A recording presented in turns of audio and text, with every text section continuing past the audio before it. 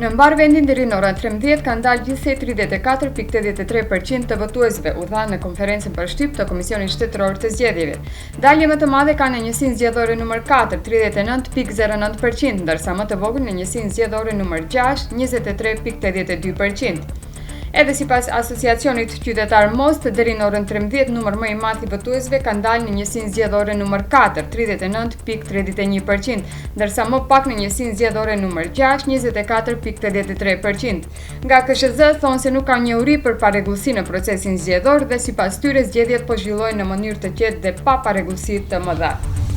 Mbikëqyrësit e Qendrës për Liri Civil deri më tani kanë regjistruar më shumë raste të parregullsive në procesin zgjedhor.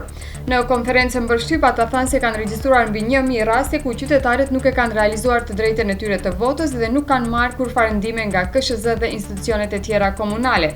Kanë votuar 4 persona të vdekur dhe një votues fantom, emri i të cilit ka qenë i rrethuar në listën e zgjedhësve, ndërkohë që vazhdon edhe friksimi i votuesve.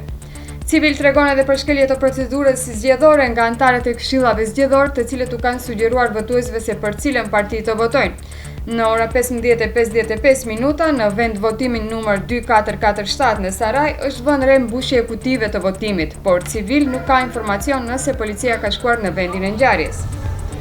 Ndryshime, jetë më të mirë, të ardhme më të mirë për Maqedoninë. Këto janë pritshmëritë e një pjese të votuesve në Shkup me të cilët bisedoi ekipi i Nova.